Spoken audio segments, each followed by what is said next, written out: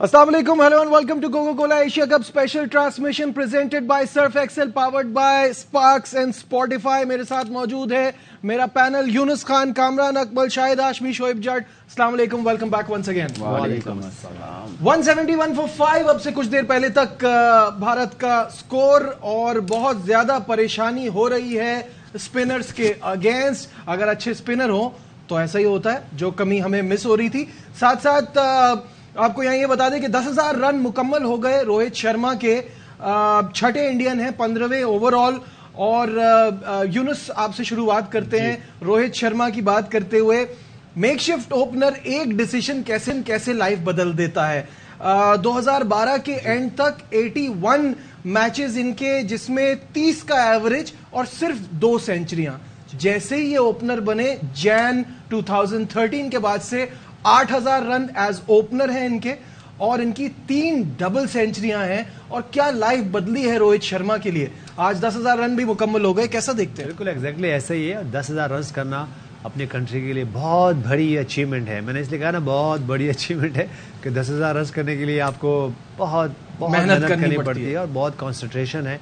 उसके बाद आपकी स्किल्स, आपके नर्व्स बार बार चेक हो रहे होते हैं। और जिस तरह रोहित शर्मा पे इस वक्त कैप्टन भी है टीम के, तो मेरे ख्याल से ऐसी टीम को लीड करना जहां पे आपने फ्रंट से ही लीड करना है, क्योंकि आपके पास कोई और चॉइस है ही नहीं। और फिर अगर आप परफॉर्म नहीं करते हो तो फिर आपसे बहुत सारे सवालात भी होते हैं।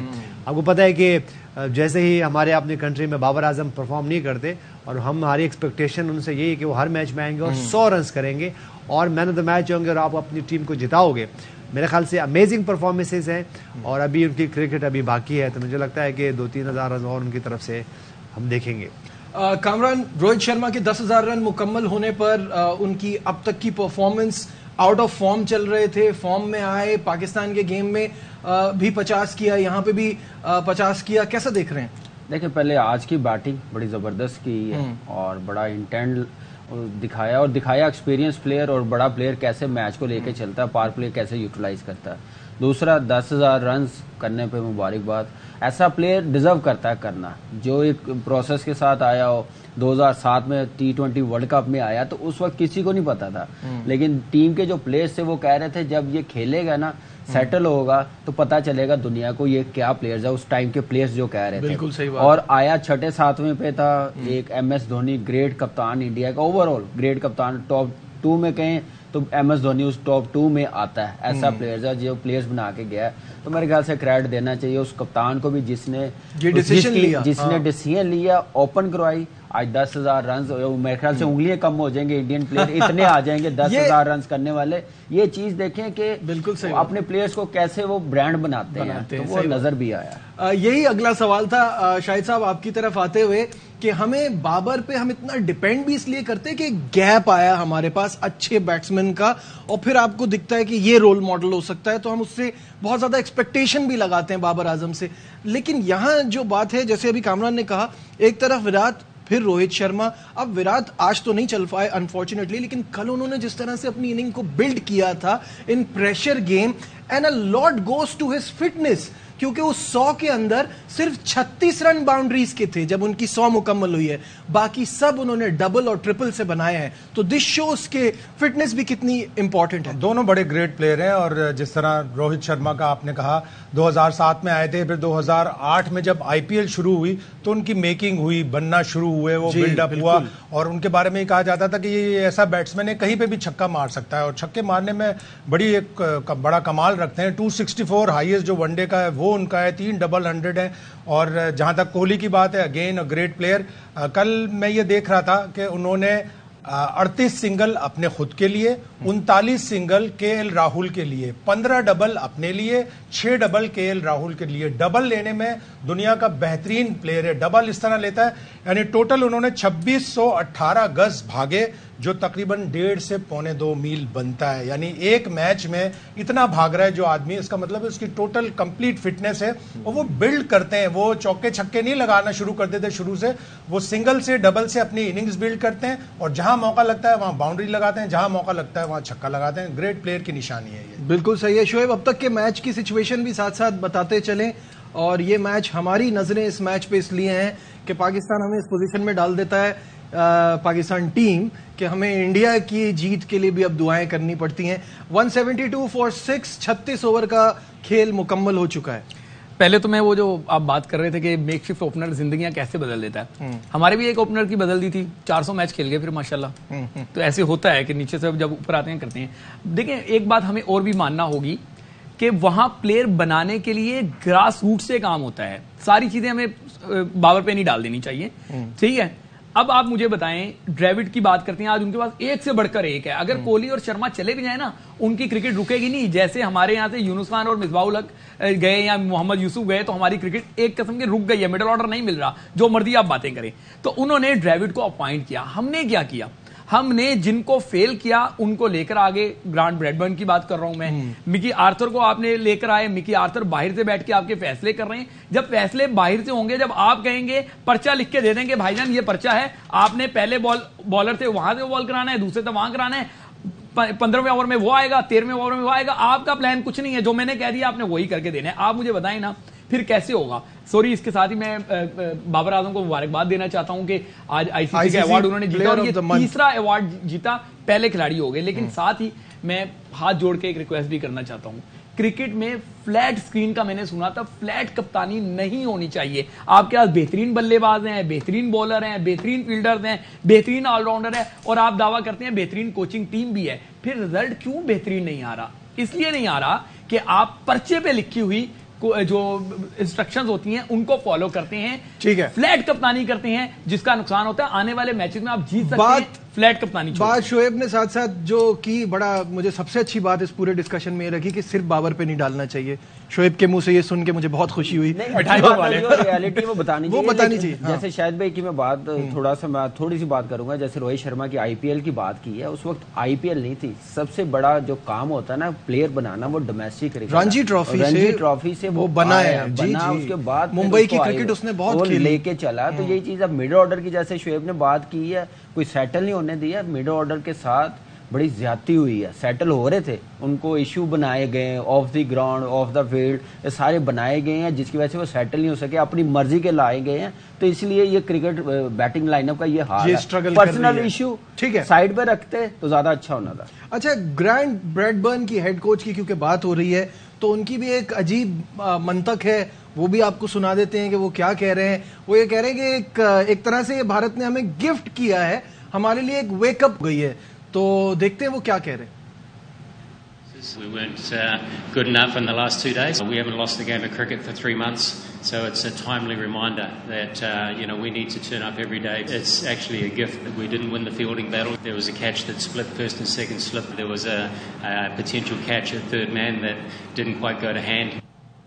यूनुस, ग्रांट ब्रैडबर्न की जो बातें हैं वो बड़ी अजीब हैं। इनको जरूरत थी ये तोहफा लेने की कि हम हारेंगे तो पता चलेगा हमें कि हम जो है वो हमारी तैयारी क्या है।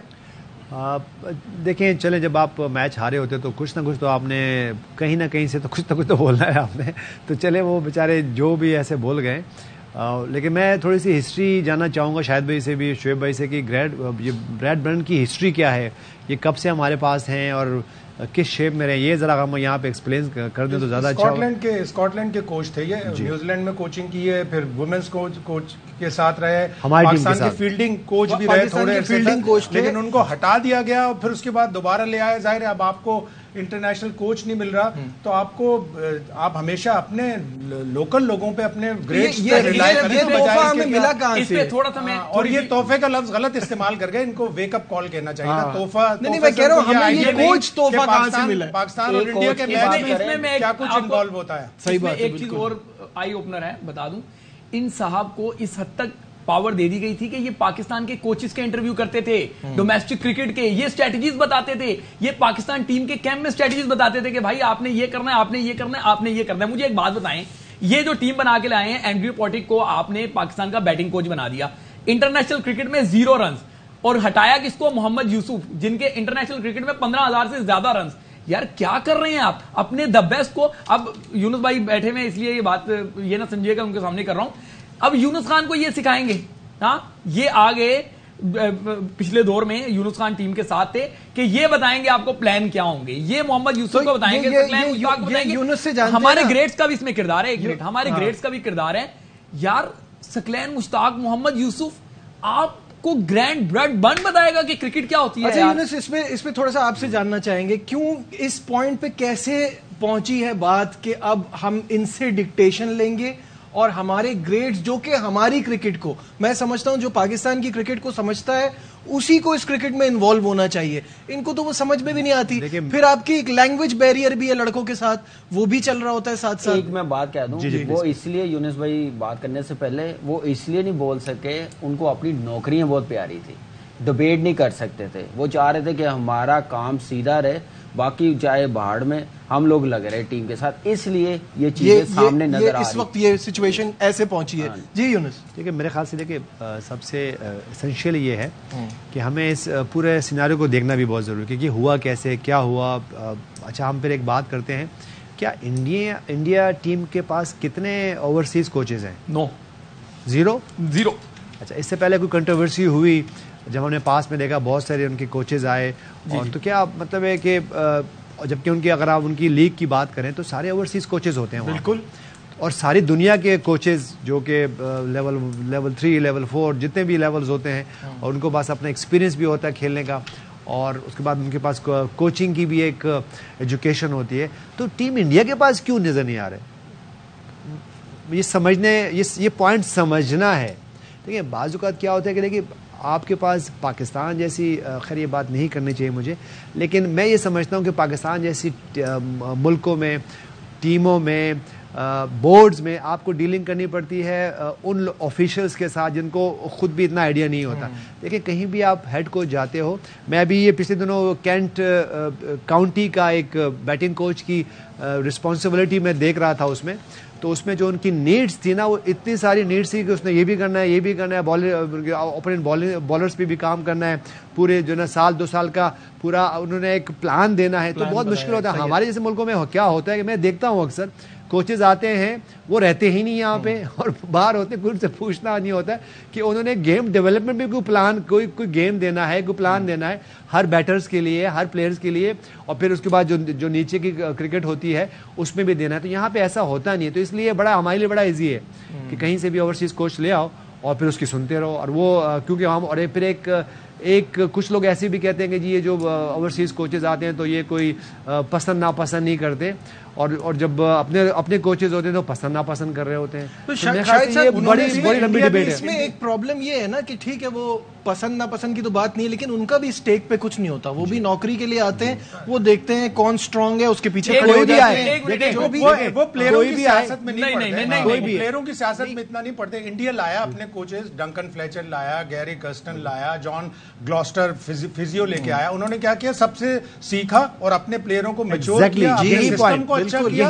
हमारा एक दोस्त था जो रमजानों में पकोड़ों का ठेला लगाता था, तो वो क्या करता था, एक पकोड़े एक्सपर्ट को लेके आता था, 3 दिन उससे पकोड़े बनवाता था और 14 दिन उससे कहता था अच्छा भाई अब मैंने सीख लिया, अब तुम कल से मत आना। तो आपको सीखना है, आपको लोअर लेवल पे अपनी एकेडमीज को अच्छा करके उनसे सीखना है, और अपने जो मेन ग्रेड्स हैं उनको आपने नेशनल टीम के साथ लगाना है, ताकि वो कल्चर डिफरेंस भी ना हो, लैंग्वेज बैरियर भी ना हो। लोग कहते हैं कि जी नहीं क्रिकेट एक ग्लोबल लैंग्वेज है, कोई लैंग्वेज बैरियर नहीं होता, अक्सर होता है आपके प्लेयरों को, आपके प्लेयर ही समझना भी बहुत जरूरी है, उसमें जिम्मेदारी का मुजाहरा करके अपने प्रोसेस को दुरुस्त करना है। सबसे मेन चीज जो मैं समझता हूं, डायरेक्टर क्रिकेट एक होना चाहिए जो पुल का राब्ता करता है इंग्लैंड में, ऑस्ट्रेलिया में, साउथ अफ्रीका में, प्लेयर्स और कोचिंग स्टाफ के दरमियान और बोर्ड के दरमियान, वो सारी चीजें देखता है कि प्लेयर की परफॉर्मेंस खराब है, प्लेयर की इंजरी है, वो सारी चीजें बताता है। लेकिन हमारे यहाँ ऐसा कोई पुल नहीं है। ठीक है, आप ये चीज देखें कि आप ये कोच की बात कर, चलिए एक टेस्ट मैच खेल रहा हुआ है, अफगानिस्तान के साथ सीरीज है, यूसुफ भाई ड्रेसिंग रूम में बैटिंग कोच है, तो वो प्लेयर एक ऐसा कोच बन के गया, नो डाउट उनकी डोमेस्टिक क्रिकेट में बड़ी खिदमत है, कोचिंग की है, तो उनको हेड कोच बना के भेज दिया, फिर वो कैसे जाएगा ग्रेड्स, मुझे बात बताएं, वो कैसे उसके अंडर का, अपने ग्रेड्स को पहले रिस्पेक्ट तो दें, अपने क्रिकेटरों को रिस्पेक्ट तो दें, वो जो जान लगा के इतनी मेहनत करते हैं, एंड उनका ये होता है कि आप उनको जलील करते हैं, बाद में उनकी बात नहीं मानते, उनका एक्सपीरियंस का फायदा नहीं उठाते, जिसका नुकसान होता है। तो यही चीजें मेरे ख्याल से देखने वाली हैं। कौन पूछेगा, वही शायद भाई वाली बात जो है ना, कौन है वो बंदा जिसने रिजर्व डे नहीं बड़ा इजी है। एहसानुल्लाह के पता चलने के लिए 4 आदमियों को पता किया, किसी को एहसानुल्लाह का नहीं पता था। वो डॉक्टर जिसकी जिम्मेदारी है वो टीम के साथ टूर कर। अच्छा, मैं आपको तकरीबन 1-1.5 महीना पहले ही ये बात बता चुका था कि ये हमारे बॉलर अनफिट हैं, तस्वीरें लगा के, लेकिन किसी को भी नहीं पता था। साथ ही मेरे ख्याल से ब्रेक पे जाना चाह रहे हैं। नहीं बोले। अगर ब्रेक पे जाना चाह रहे हैं तो जो नाजरीन है उनको कहें जरा डर्बी शायर को गालिबन कोचिंग कर रहे हैं ना आपके मिकी आर्थर, नताइज देख लें जरा। देखिए बड़ा इजी है। अभी वर्ल्ड कप आ रहा है तो आप 1-2 कोचेस टीम के साथ वो इजी है, बहुत जबरदस्त। पैराशूटर जो है हमारे यहाँ कोचेस, पैराशूटर नहीं गए, वो they are professional coaches, but वो लैंड बिल्कुल बड़े इवेंट से पहले करते हैं। बस वर्ल्ड कप आ रहा है, पूरा इवेंट करने दें इनको। पैराशूटिंग बिल्कुल किसी को नहीं, ना प्लेयर्स ना ये मैनेजमेंट, इनको यही रखने दें, टाइम दिया। आज की बात नहीं है, 99 वर्ल्ड कप या 96 वर्ल्ड कप से हर वर्ल्ड कप के बाद हम कहते हैं हमारी टीम जो है रीबिल्डिंग के मराइल से गुजर रही है, हम अगले वर्ल्ड कप की प्लानिंग अभी से शुरू कर देंगे। अच्छा, इसी में कड़वी बात शाहिद भाई की इजाजत से हम कह रहे हैं ना कि पाकिस्तान टीम ने बाबर क्या करवा के दे आपको, 2 फाइनल खेल गए, 1 सेमीफाइनल खेल गए। किस फॉर्मेट के खेले हैं भाई?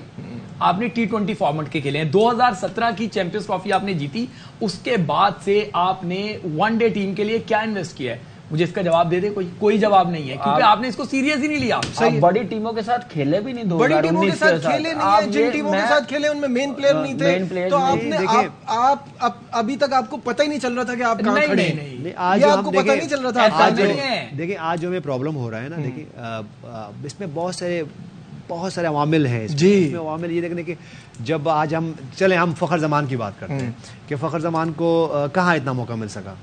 देखिए अगर वो बेस्ट प्लेयर किसका था, वो ओपनर बेस्ट प्लेयर किस फॉर्मेट का था? T20 का। उसके बहुत सारे रन्स हैं। वो T20 फॉर्मेट में कौन सा नंबर पे खेलते हैं? नीचे खेलते वो, ऊपर खेलते हैं। आप मुझे बताएं, तो आप नंबर चेंज करते हैं। देखिए ये एक फॉर्म होती है, जो कि फॉर्म आपको बार ये नहीं हो सकता कि मैं आज ओपन खेलूंगा, कल मैं 4 नंबर खेलूंगा, परसों। और बाई मिजाज मैं जो हूँ, मैं ओपनर हूँ। अगर मैं, और जैसे मैं मिडिल ऑर्डर में खेलता था, अगर मुझसे आप ओपनिंग करवाओगे तो मैं परफॉर्म नहीं, क्योंकि मेरी एक जो बिल्डअप हुआ नहीं, जो बिल्डअप हुआ था वो इस तरह हुआ था। अगर हम अपनी बाबर आजम की बात कर लें, हम मोहम्मद रिजवान की बात कर लें, तो ये तो मिडिल ऑर्डर के बैट्समैन थे।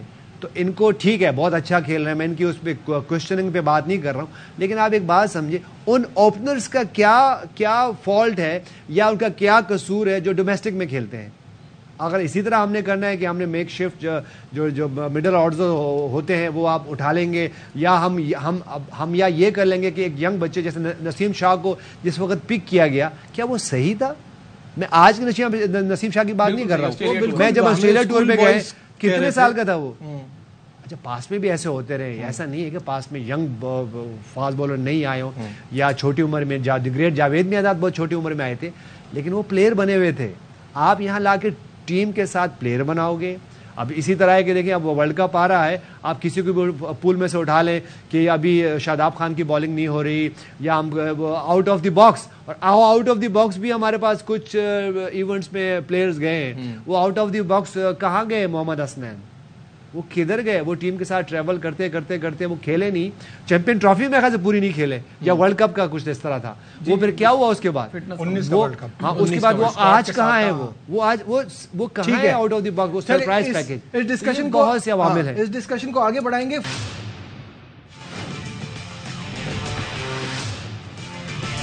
Glad to have you back once again to a special transmission. Break पे भी शोएब बोल रहे होते हैं, तो अभी भी उनकी बात कंटिन्यू चल रही है।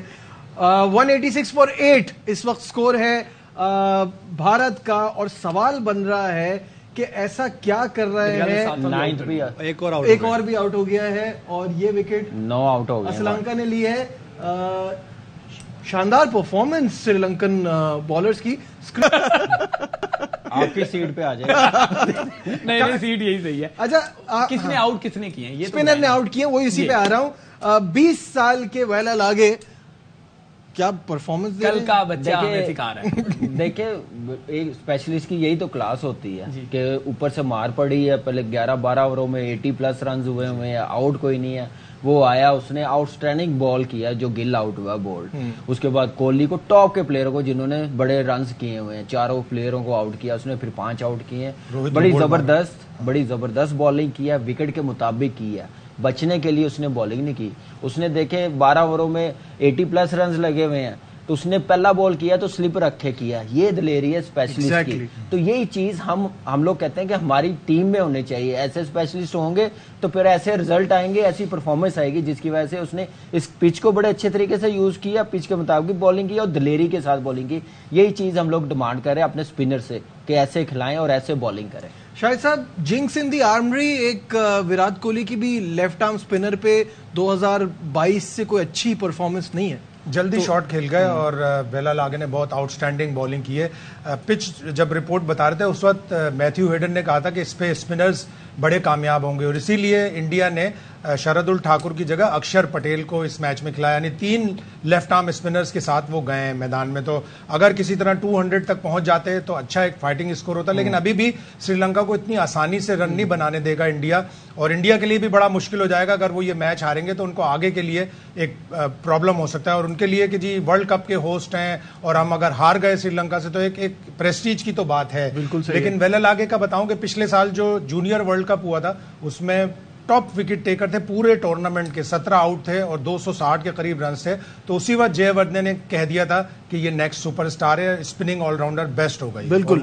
यूनुस कैसे देखा वेला लागे को? फर्स्ट 5 है उनकी, बड़ी शानदार परफॉर्मेंस। एज अ यंगस्टर जबरदस्त परफॉर्मेंस है उनकी, और उनकी हमने बॉलिंग में देखी जो हम बात करते हैं वेरिएशन की, एक पेस से नहीं कर रहे हैं, उसके बाद हमने देखा क्रीज यूज कर रहे हैं, और फिर जिस तरह उन्होंने रोहित शर्मा को आउट किया इट वाज अमेजिंग, और बहुत अच्छी बॉलिंग की। और अच्छी बात यह कि वो उनके चेहरे पे कहीं ये नज़र नहीं आया कि वो किन के खिलाफ खेल रहे हैं, किस टीम के खिलाफ खेल रहे हैं और किस कंडीशन में खेल रहे हैं। वो उन्होंने बहुत काम होके अपनी बॉलिंग करते रहे और बहुत बेसिक्स पे रहे वो, और बैटर्स को उन्होंने परेशान किया और गलतियाँ करवाई उनसे। तो ये एक अच्छे स्पिनर के लिए एक अच्छा साइन होता है, और ये टीम श्रीलंका के लिए बहुत अच्छी बात है। उसकी वजह ये है कि हम अगर टीम श्रीलंका की बात करें तो उनके पास मुथाया मुरलीधरन, फिर इस तरह के अच्छे अमेजिंग स्पिनर्स नजर आए, और हमने रिसेंट पास में देखा कि थोड़ा स्ट्रगल किया उन्होंने। और जिस तरह आज यंगस्टर दिनेश वेलालागे ने आज बॉलिंग की है, अमेजिंग, मुझे बहुत अच्छा लगा। और आई होप कि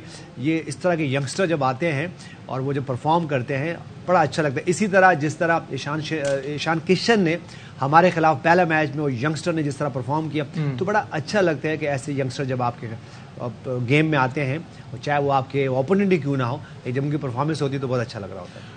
ओपोनेंट का तो अच्छा लगता है, अपनी टीम का क्या करना है? स्पिनर का एक बहुत बड़ा मसला है। इनको अपनी टीम में ऐसा कुछ हो सकता है कि हमारी तरफ से तो हमें ऑफर कर दें। जो इस पिच पे असलानका ने आउट किए 4, और वो इतनी रेगुलर बॉलिंग नहीं करता। धनंजय डिसिल्वा ज्यादा रेगुलर बॉलर है, थीक्षाना को एक भी विकेट नहीं मिली। बिल्कुल। देखिए यूनुस भाई ने जो बात की है ना, उस बात को मैं आगे लेके जाऊंगा कि उन्होंने ये नहीं देखा सामने कौन है। अब मुझे एक बात है, इंडिया के यंगस्टर्स की अगर नाम लेता हूं मैं, शुभमन यंगस्टर है उनका, किशान यंगस्टर है, अय्यर यंगस्टर है। आप मुझे इनका एक फोटो दिखा दें, वो आके बाबर के साथ खड़े हुए हों, आगे सारे मिलते होंगे, लेकिन कैमरा देख के आ गए हों, आके गपशप कर रहे हो सारे। हम मैच से पहले ही कि हो कोहली के साथ बात हो गई, कोहली के साथ बस बात हो गई, कोहली के साथ ये हो गया, कोहली के साथ वो हो गया। अल्लाह का वास्ता है यार, ये सारी बातें चलती रहेंगी। आप कोहली के साथ तस्वीर खिंचवा के बड़े नहीं बनेंगे, कोहली को आउट करके बड़ा बनेंगे। आप इंडियन टीम के साथ जफ्फियां डाल के बड़े नहीं बनेंगे, इंडियन टीम को गिरा के बड़े बनेंगे। सही है, एशिया कप कराची में हुआ, ठीक है, जब पाकिस्तान में हुआ 2008 वाला, अगर पाकिस्तान टीम के खिलाफ उन्होंने 300 बनाए 44 ओवरों में या 42 ओवरों में, तो पाकिस्तान टीम ने ये नहीं सोचा कि हमने सिर्फ इनको हराना है। फिर पाकिस्तान टीम में यूनुस भाई उस टाइम कप्तान थे, ये सोच थी कि हमने इनको इससे बड़े मार्जिन से हराना है। उन्होंने 6 विकेटों से हराया 300+ करके, हमने उनको हराया कितना 45 ओवर में 8 विकेटों से। ठीक है, तो ये मामला है। जैसे इन्होंने बात की है ना, बिल्कुल फ्रेंडली माहौल होना चाहिए, लेकिन मैच के बाद बात करें, जफ्फियां डालें यार। ये एक मिसाल है, ये गौतम गंभीर नहीं है हमारे। नहीं, एक मिसाल है। मिले अच्छे से मिले, सब कुछ करें, जेंटलमैन्स का गेम है ये, जेंटलमैन्स का गेम है। तारीफ ना करें। लेकिन देखिए, जब इंडिया पाकिस्तान खेलता है तो वहां पे आपको पता है कि फिर वहां पे कुछ स्किन से बाहर आना होता है। हाँ। अब देखें, अगर हम बात करें रोहित शर्मा की बात करें, उसके बाद विराट कोहली की बात करें, और इसी तरह फिर हमारे बाबर आजम की बात करें, तो बहुत रिस्पेक्ट करते हैं ये हमारी नज़र में भी उनकी काफ़ी इज्जत है एज अ प्लेयर। और जिस तरह हमारे बाबर आजम हैं, जब वो परफॉर्म करते हैं तो वहाँ से भी बहुत अच्छा बिल्कुल हमारे लिए, हमारे बैटर्स के लिए, हमारे बॉलर्स के लिए, कि शहनशाह अफरीदी कितने पॉपुलर हैं इस वक्त इंडिया में, बाबर आजम कितने पॉपुलर है इस वक्त इंडिया में, इसी तरह रोहित शर्मा हो गए, विराट कोहली हो गए, और यहाँ पे हम ईशान किशन की बात कर रहे हैं। तो देखिए, ये जेंटलमैन्स का गेम है। आप जब ग्राउंड में उतरते हो तो हमें बुरा लगा इस वक्त जब गंभीर ने ये बात की कि नहीं इस तरह, लेकिन आपको अपनी कंट्री के जब आप रिप्रेजेंट करो तो आप इसको प्राइड लेना है। अब देखें, हम जो लास्ट मैच की बात कर रहे हैं, हमें इसमें कोई प्रॉब्लम नहीं है। देखें, ये फर्स्ट टाइम नहीं हुआ होगा, लेकिन जिस तरह आप हारते हो और जब आप वो कहते हैं ना कि मैदान छोड़ के भाग गए, तो ऐसा नहीं करें। देखिए, अभी ठीक है, इंडिया भी तो फाइट कर ही रहा है ना, उनकी तरफ से भी लगे हुए हैं वो, और अगर अब ये भी हो सकता है कि इंडिया जब बॉलिंग करने आए तो 150 में उनको आउट कर दें, ये क्योंकि उनके पास स्पिनर्स हैं, लेकिन वो फाइट कर रहे हैं। कल हमारे बैटर्स की तरफ से फाइट नजर नहीं है। जो मैं बार बार एक बात कह रहा हूं कि आपके आखिरी के जो बैटर्स थे वो नजर भी नहीं आए कि एटलीस्ट ये रन रेट है, नेट रन रेट की बात कर रहे हैं, कुछ तो फाइट करें। थोड़ी देर में 32 ओवर में ही हम मैदान छोड़ के आ गए। थोड़ी देर में आपको इस बात का आइडिया हो गया था कि 357 नहीं बन नहीं करते, तो फिर आप 280 300 तक तो जाते, सवा 200 करते। ये हाल हो गया है कि आज अगर श्रीलंका ये मैच जीत जाता है तो हमारे लिए तो चैप्टर ही क्लोज होता है। मैं आपको एक बात बताऊं, जो एक टीम का प्रेशर होता है ना इंडियन टीम पे, उस वक्त बॉलिंग का प्रेशर था हमारी, जब मिलते हैं ना तो सारा प्रेशर रिलीज हो जाता है। मैं मिसाल दूंगा, हमारे हम भी मिलते थे, ऐसा नहीं कि हम नहीं मिलते थे, लेकिन ऐसा नहीं है कोई। लेकिन शोएब ने बात की ना कि वो तस्वीरें खिंचा के आप बड़े नहीं बनेंगे, आपको आउट करेंगे, आपकी ऑटोमेटिकली रिस्पेक्ट, प्रेशर रिलीज करने की मैं बात करने लगा हूँ। अल्लाह जन्नत नसीब करे, तस्लीम आरिफ साहब हमारे नेशनल बैंक के कोच थे, हमारा KRL के साथ मैच था, KRL में तो हमारा नेट हो रहा था, तो शुएब भाई ने खेलना था उधर से, शुएब अख्तर ने, तो उसका ही डर था, पूरी टीम सोच रही है। वो आए एक दिन पहले आके उन्होंने ना नेट में हमारे बैट्समैनों को बॉलिंग कर दी। तो अगले दिन मैच हुआ ना, तो नेट खत्म हुआ था, तस्लीम भाई ने कहा कि देखना इसको कितना फेंटा पड़ता। हमारा जो प्रेशर था ना इसका, वो सारा रिलीज हो गया, इसने आकर नेट में बॉलिंग की है। तो 450 स्कोर किया था नेशनल बैंक ने, तो शुएब भाई को कोई 90 रन हुए थे 10 ओवरों में। 2003 की मैं बात कर रहा हूँ। तो ये प्रेशर का वैल्यू होता है, ये डिमांड होती है कि आप अपना प्रेशर जब रखते हैं ना, तो फिर थोड़ा डिस्टेंस भी रखना पड़ता है उस प्रेशर को बरकरार रखने के लिए। तो ये चीजें जरूर होने चाहिए, लेकिन मैच के बाद, मैच से पहले आप ऐसे मिलेंगे। बारीकी यूनुस भाई बात कर रहे हैं, वसीम भाई के साथ, विकी भाई के साथ, तीनों फास्ट बॉलर खड़े हैं, भाग भी रहे हैं, हंसी मजाक भी हो रही है, हाथ भी मार रहे हैं। बारी के लिए बैट उठाने के लिए फिट नहीं है।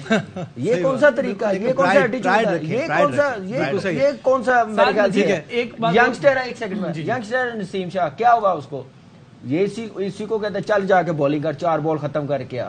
नेक्स्ट टाइम वो ऐसी हरकत ना करता है। बेशक छोटी छोटी इंजरी से इग्नोर करनी पड़ती हैं। हम लोग खेलते थे बिग गेम, ये तो आप छोड़ के 4 बॉल बाहर आ गए। ऐसे छोटी सी रिकॉल करवाने के लिए, क्या नसीम शाह की वो वीडियोस भूल गए आप? फुल पेन में ओवर करवा रहे थे, वो 2020 वाला भूल गए क्या आप? फुल पेन में थे, बॉल करवा रहे थे उस वक्त। साथ ही एक बात ईमानदारी से आप भी दिल पे हाथ रख के बताएं, कल पाकिस्तान टीम कैसे आउट हुई है?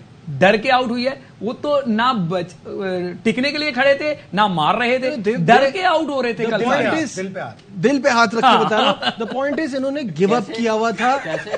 वो इफ्तिखार वाला नहीं। देखिए गलतियां हो जाती हैं। हम देखें, हम इंसान हैं। अगर आप टॉस जीत के खुदा न खासे गलत डिसीजन हो गया तो उसमें कोई प्रॉब्लम नहीं है। अब कल दोनों टीमें, लास्ट में दोनों टीमें नहीं जीत सकती थी, या इंडिया ने जीतना था या पाकिस्तान ने जीतना था। तो ये नहीं हो सकता। बाजूकात आपका गलत डिसीजन भी हो जाता है, लेकिन फिर आप उसको ठीक कैसे करते हो? वो ठीक कैसे हो? आप फाइट करते हो उसके लिए। वो फाइट करें। हम बिल्कुल ये बात नहीं करें कि शहनशाह अफरीदी जो है वो बॉलर नहीं रहे, नसीम शाह बॉलर नहीं रहे, हारिस रऊफ बॉलर नहीं रहे। हमारे बाबर आजम, हमारे कैप्टन बाबर आजम है, और वो टॉप के प्लेयर हैं, बैटर हैं, और उसमें कोई ऐसे हमारा शान है। लेकिन देखिए, आप जब गलती करते हो तो उसको आके माने। मार्जिन जो है ना, ये नहीं हो सकता कि की वो परेशानी कि मैं आके अब यहाँ बात मुझसे कोई गलत हो जाए, मैं कहूँ नहीं जी ये तो लाइट ठीक नहीं थी या ये नहीं ठीक थी। आप माने, गलती हो जाती है, हम सबसे गलतियां होती है, लेकिन आपको माने, जब आप मानोगे तभी आपकी बेटरमेंट हो सकती है और आप मूव फॉरवर्ड हो सकते हैं। यहाँ लेते हैं एक ब्रेक से वापस आएंगे और आखिरी सेगमेंट और बातें करेंगे। फॉर्मर चेयरमैन रमीज राजा इस मैच के हवाले से क्या कहते हैं वो भी आपको दिखाएंगे on the other side of this break. हमारे साथ रहिए।